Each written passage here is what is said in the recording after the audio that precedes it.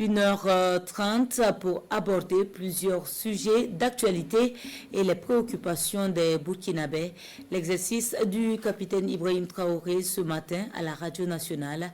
Une communication sur laquelle revient Jérôme Tindano avec quelques points essentiels comme les velléités de déstabilisation, l'attaque de Barsalgo, la remise à plat des salaires et la synergie d'action dans l'espace de l'AES. Les questions fusent des quatre coins du pays pour le président du Faso dès l'entame de cette émission interactive sur les antennes de Radio Burkina. Une première série de questions porte sur les velléités de déstabilisation. L'occasion pour le capitaine Ibrahim Traoré d'expliquer les enjeux et surtout les mobiles de cet acharnement pour couler le navire Burkina. En sévissant pour redresser, vous créez des ennemis internes et externes. Il faut donc s'attendre à ces situations de déstabilisation, d'assassinat et de tout. Parce que nous avons touché aux intérêts de beaucoup de personnes. Il y a donc une inégalité sociale, il y a de la corruption, il y a une mauvaise gestion de la chose publique.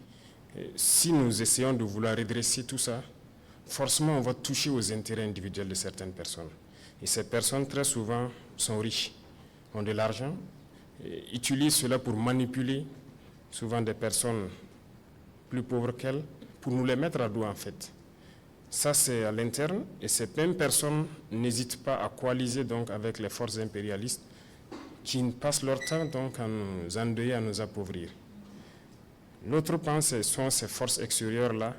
Il y a beaucoup de pays aujourd'hui qu'on a sous le dos et on n'a pas le choix, il faut le faire.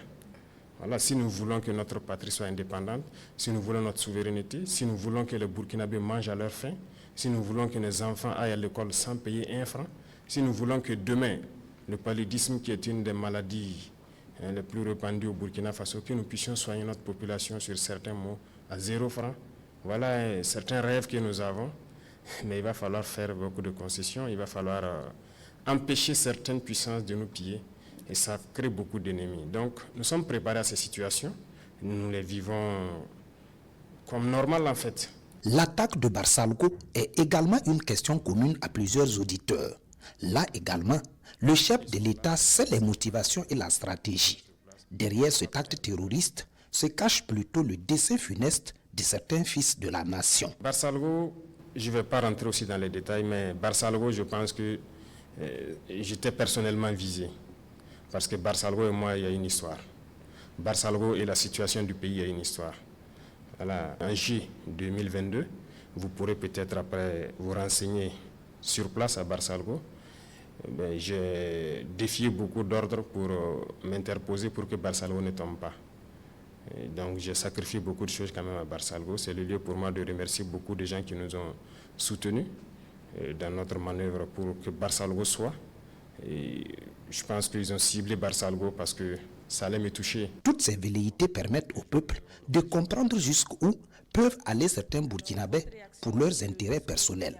En tous les cas, la récréation est terminée.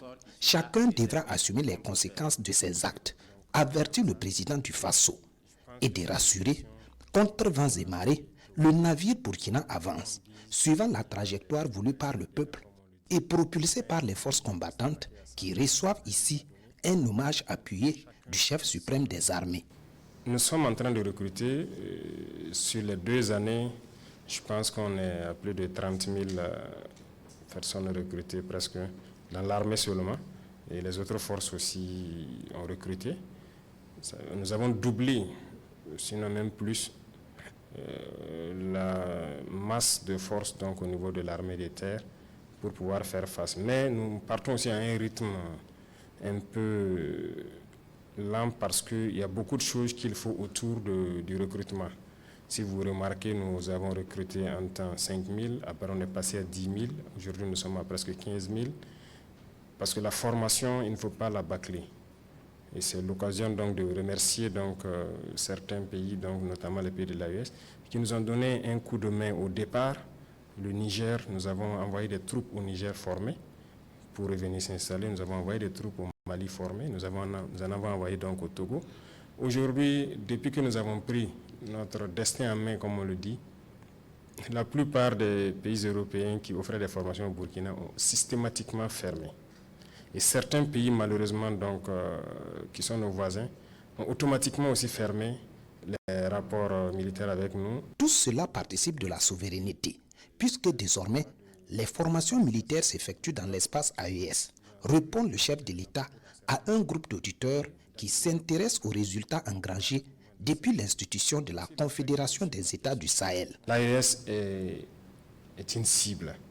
Voilà, voir des Africains s'unir, c'est pas bon pour d'autres personnes. Donc, il faut tout faire pour casser cette alliance. On comprend, mais nous sommes là pour ça.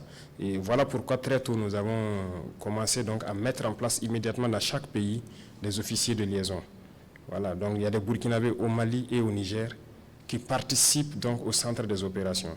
Il y a des Maliens, des Nigériens au Burkina, ainsi de suite. Donc dans chaque pays, il y a des équipes d'officiers qui ont été dépêchés pour faire office de liaison, pour coordonner au niveau des centres des opérations tout ce qui se fait en interarmes. Je vous ai parlé tantôt de la formation. On a fait beaucoup de formations ensemble.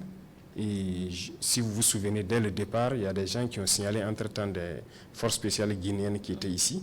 Ils sont venus nous aider à former. Et dans l'AES, on a eu beaucoup de formations ensemble.